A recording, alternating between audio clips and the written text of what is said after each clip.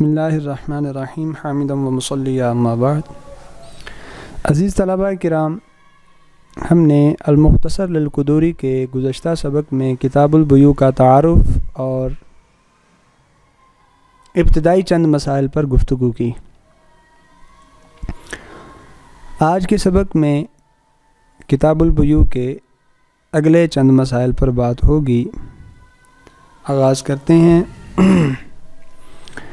امام قدوری رحمۃ اللہ تعالی علیہ نے ارشاد فرمایا: والاعواض المشار الیہا لا یحتاج الی معرفۃ مقدارہا فی جواز البیع۔ پہلا مسئلہ بیان کیا۔ آواز عوض کی جمع ہے، یہاں اس سے مراد مبیع اور ثمن ہے، وہ مال جن کا آپس میں لین دین ہونا ہے وہ۔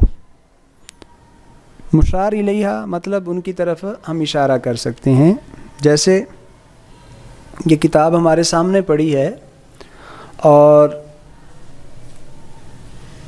اس کتاب کو بیچنا مقصود ہے، دوسری طرف یہ پیسے بھی ہمارے سامنے پڑے ہیں، تو مبیع بھی نظر آ رہا ہے یہ کتاب کی صورت میں اور ثمن بھی نظر آ رہا ہے ان پیسوں کی صورت میں، ان کی طرف اشارہ بھی ہو رہا ہے۔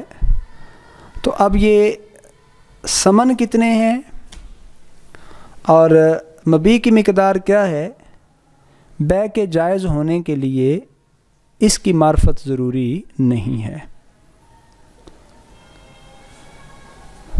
والاسمان المطلقۃ لا تصح الا ان تکون معروفۃ القدر والصفات۔ دوسرا مسئلہ، اسمان یہ ثمن کی جمع ہے، بائع اور مشتری کے درمیان جو چیز طے ہو گئی مبیع کے عوض کے طور پر وہ ثمن ہے، اور ثمن کے ساتھ مطلقہ کی قید آئی۔ مطلقہ کی صورت یہ ہے، خریدار نے مشتری سے کہا میں نے تجھ سے یہ چیز سونے کے بدلے خریدی یا چاندی کے بدلے خریدی یا گندم کے بدلے خریدی، اور متعین نہیں کیا کہ اس سونے کی، چاندی کی، گندم کی مقدار کتنی ہوگی، اور یہ بھی متعین نہیں کیا کہ اس کا وصف کیا ہوگا۔ تو مطلق ثمن کے ساتھ جب نہ تو مقدار کا تعین کیا جائے نہ وصف کا متعین کیا جائے، بیع صحیح نہیں ہوگی۔ والاسمان المطلقۃ لا تصح، مطلق ثمن ہونا یہ صحیح نہیں ہے، الا کس صورت میں ان کے ساتھ بیع صحیح ہوگی؟ ان تکون معروفۃ القدر والصفات، کہ ان کی مقدار کا بھی علم ہو جائے اور وصف کا بھی علم ہو جائے۔ مقدار کا علم مثلا اگر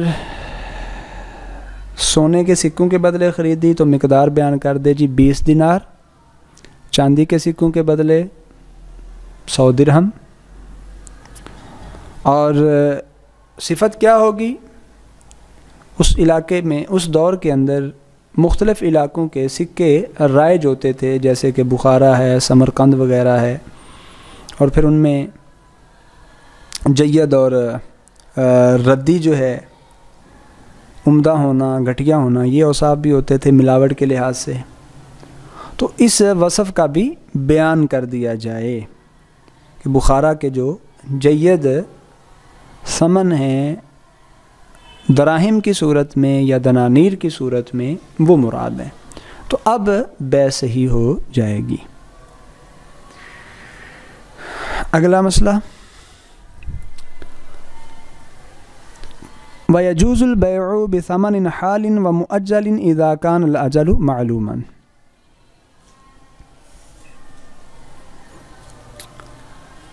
بیع نقد پیسوں کے ساتھ ومؤجل اور ادھار پیسوں کے ساتھ جائز ہے، لیکن جب ادھار ثمن ہوں تو پھر شرط ہے۔ وہ شرط کیا ہے؟ اذا کان الاجل معلوما، اس میں مدت کا تعین کرنا ضروری ہے۔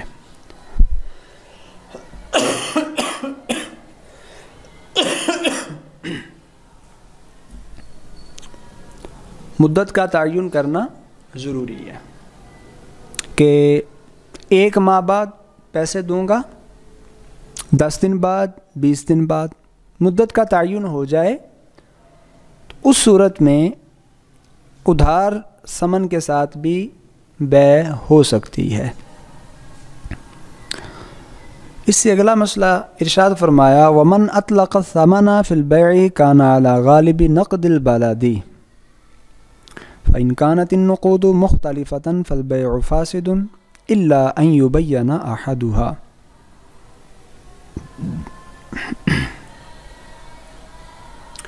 کسی شخص نے کوئی چیز خریدی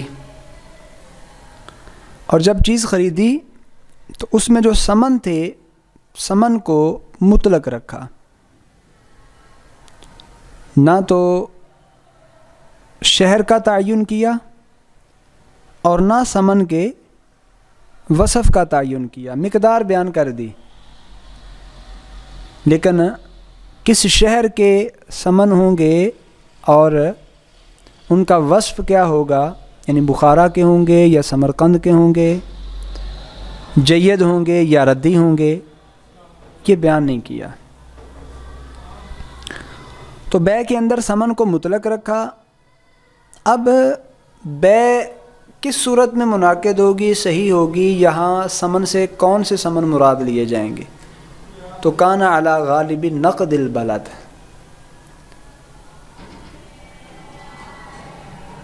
اگر شہر کے اندر کئی سکے رائج ہیں مختلف علاقوں کے تو دیکھا جائے گا کہ ان میں سے سب سے زیادہ رائج کون سا ہے۔ جو سب سے زیادہ رائج سکہ ہوگا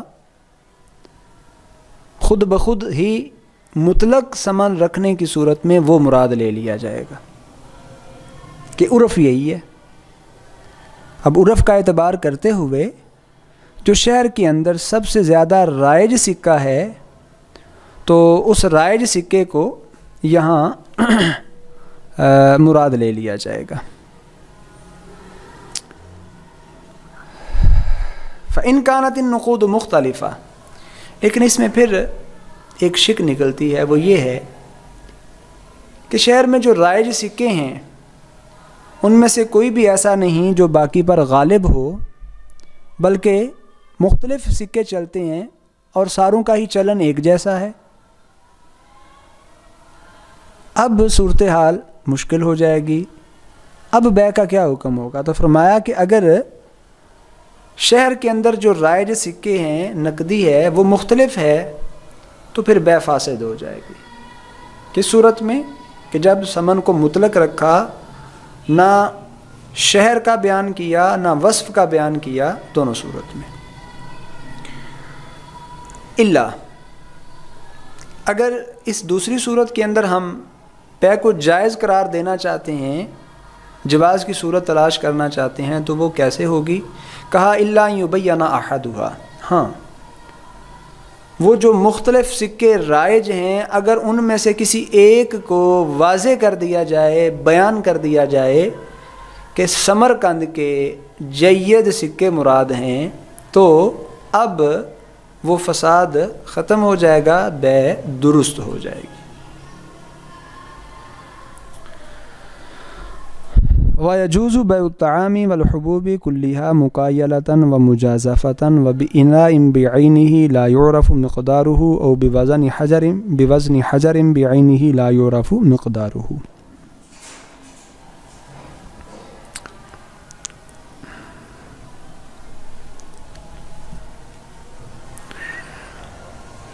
یہاں سے ایک اور اصولی مسئلہ بیان کیا۔ گندم ہے، گندم کے علاوہ مختلف دانے ہیں،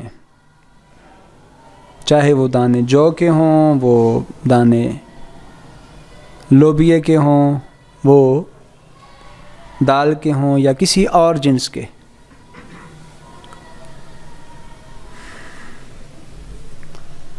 ان سے متعلق بیان کیا گندم اور دانے ہر قسم کے، ان کو مکایلتاً ماپ کر،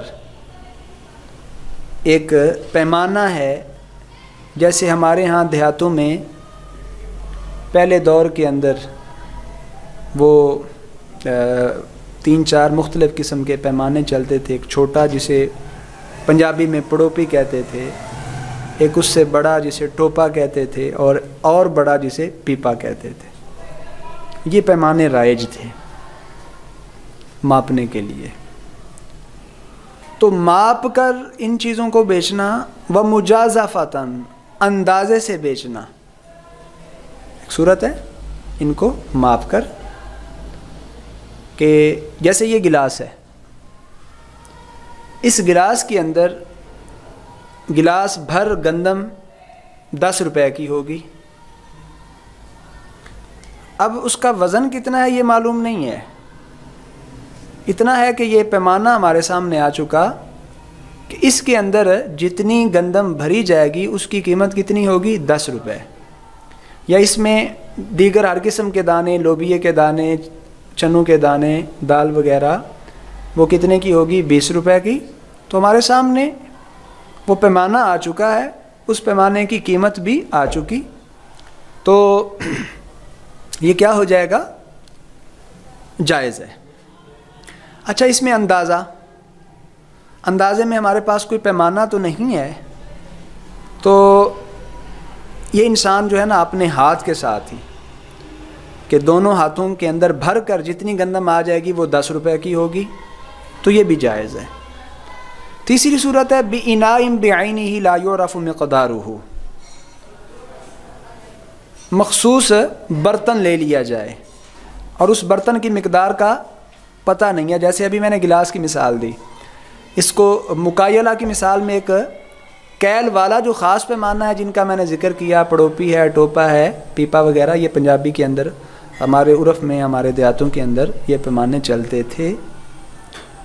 تو معین برتن والی صورت ہو گئی. اب اس کا پتہ نہیں کہ اندر کتنے پاؤ یا کتنے کے جی کے حساب سے اس میں آ جائے گی، لیکن یہ ہے کہ یہ معین برتن ہے.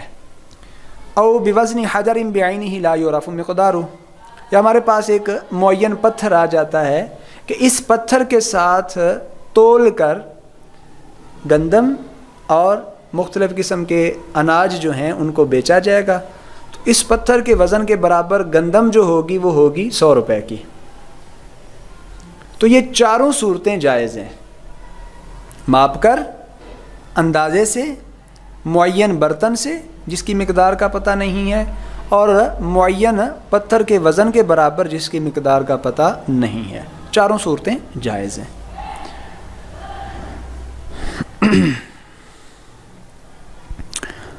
ومن باع صبرة طعام كل قفيز بدرهم جاز البيع في قفيز واحد عند أبي حنيفة رحمه الله وبطل في الباقي إلا أن يسمي جملة قفزانها وقال أبو يوسف ومحمد يصح في الوجهين.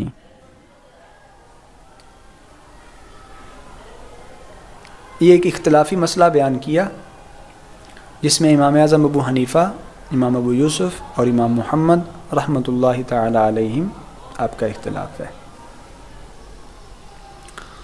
اس مسئلے میں چند الفاظ آئے، ان کو سمجھ لیجئے. صبرہ اور کفیز.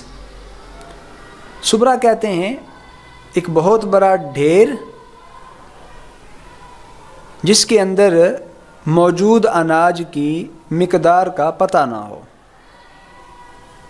کہ اس ڈھیر کے اندر کتنے من گندم موجود ہے پتہ نہیں ہے. تو بہت بڑا ڈھیر اسے کیا کہتے ہیں؟ صبرہ. کفیز، کفیز کسے کہتے ہیں؟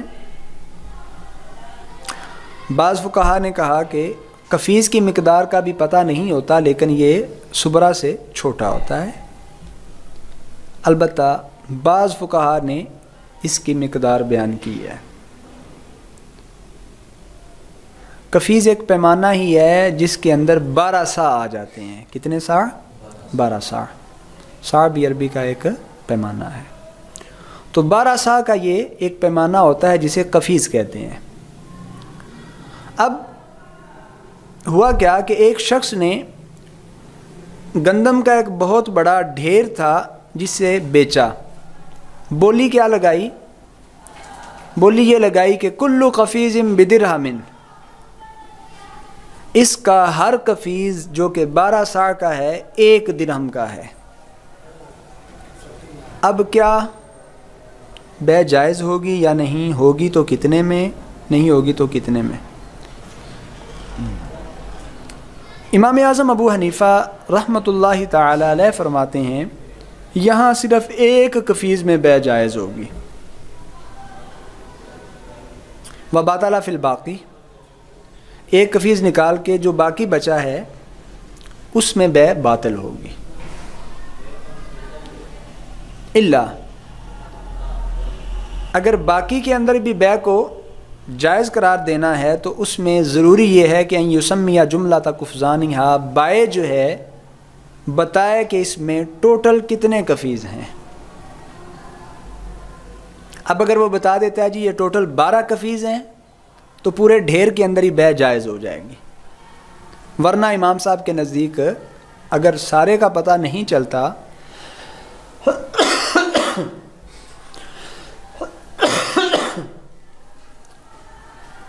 اگر سارے کا پتہ نہیں چلتا تو صرف 1 قفیز میں بیع جائز، باقی میں باطل. امام ابو یوسف اور امام محمد رحمۃ اللہ تعالی علیہما یہ دونوں فرماتے ہیں یصح فی الوجہین، دونوں صورتوں میں ہی بیع جائز ہے. سارے ڈھیر کا پتہ چل جائے کہ یہ 12 قفیز ہے تو بھی جائز، سارے ڈھیر کا نہ پتہ چلے تو بھی جائز، کہ یہاں وہ ماپتا جائے گا پتہ چلتا جائے گا تو اس سارے کے اندر بیع کیا ہو جائے گی؟ جائز ہو جائے گی. آگے ارشاد فرمایا ومن باع قطیع غنم کل شاۃ بدرہم فالبیع فاسد فی جمیعھا. قطیع کہتے ہیں گلہ، ریوڑ، غنم بکریاں. کسی شخص نے بکریوں کا ایک ریوڑ بیچا، پورے کا پورا ریوڑ ہی، ریوڑ میں 20 بکریاں تھیں، بیچ دیں. بولی کیا لگائی؟ کل شاۃ بدرہم، ہر بکری 1 درہم کی ہے. فالبیع فاسد فی جمیعھا. تو اب حکم کیا ہوگا؟ ایک بکری کے اندر بھی بیع درست نہیں ہوگی، ساریوں میں ہی بیع فاسد ہو جائے گی، کسی میں بھی جائز نہیں ہوگی.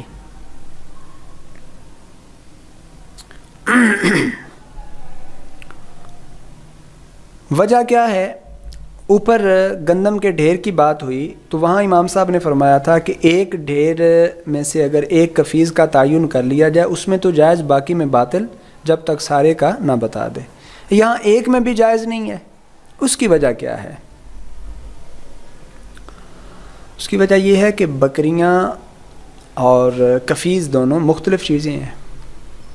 قفیز کا تعین ہو جاتا ہے ڈھیر میں سے 12 سا، پھر 12 سا، پھر 12 سا، تو جتنے جتنے ماپتے جائیں گے ان کا تعین ہوتا جائے گا، بیع جائز ہوتی جائے گی. اس میں کوئی کمی بیشی ہے نہیں. تو گلے کے اندر وہ جو ریوڑ ہے اس ریوڑ کے اندر 20 بکریاں ہیں. وہ 20 بکریاں ساری جسامت میں، قد کاٹھ میں ایک جیسی نہیں ہیں، وہ عددی طور پر متفاوت ہیں، ہر بکری دوسری سے مختلف ہوگی.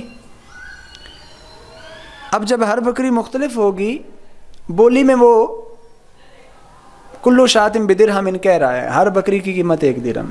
اب ان میں سے جو سب سے اعلیٰ ہوگی، اونچے قد والی، موٹی تازی، مشتری چاہے گا کہ صرف اسی کو لے لے اور بائع سب سے چھوٹی دینا، یوں دونوں میں جھگڑا اور تنازع ہو سکتا ہے. لہٰذا امام صاحب نے فرمایا کسی ایک میں بھی بیع جائز نہیں ہے، سبھی میں فاسد ہوگی.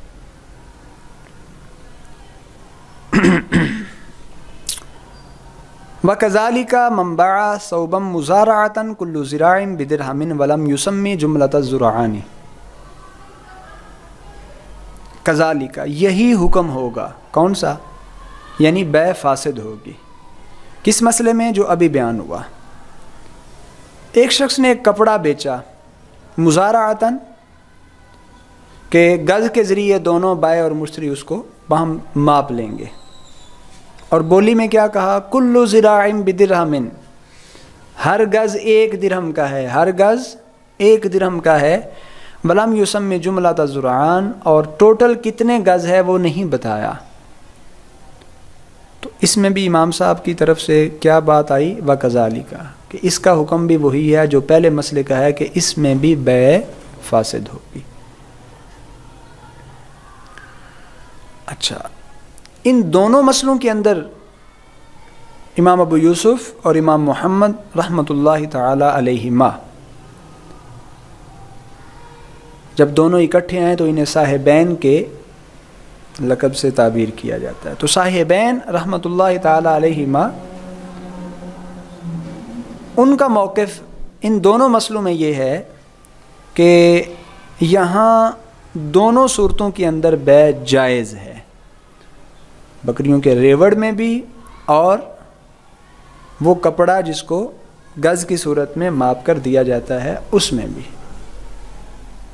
وہ یہ کہتے ہیں کہ یہاں جو بھی جہالت وغیرہ ہے اس کو ختم کرنا، رفع کرنا بائع اور مشتری دونوں کے اپنے ہاتھ میں ہے، اس کو ختم کر سکتے ہیں، لہٰذا کیا ہو جائے گی؟ بیع پورے ریوڑ کے اندر اور ایک ایک بکری کے اندر بھی جائز ہو جائے گی، اور اسی طرح کپڑے کے 1 گز میں بھی جائز اور سارے کپڑے میں بھی جائز ہوگی۔ تو آج کے سبق میں ہم نے الحمدللہ کتاب البیوع کے مختلف مسائل پر بات کی۔ چونکہ آگے سلسلہ بھی لمبا ہے تو ہم آج کا سبق یہیں روکتے ہیں۔ اللہ رب العزت کی بارگاہ میں دعا ہے کہ اللہ تعالی ہمیں علم فقہ سے کما حق کو استفادہ کی توفیق عطا فرمائے۔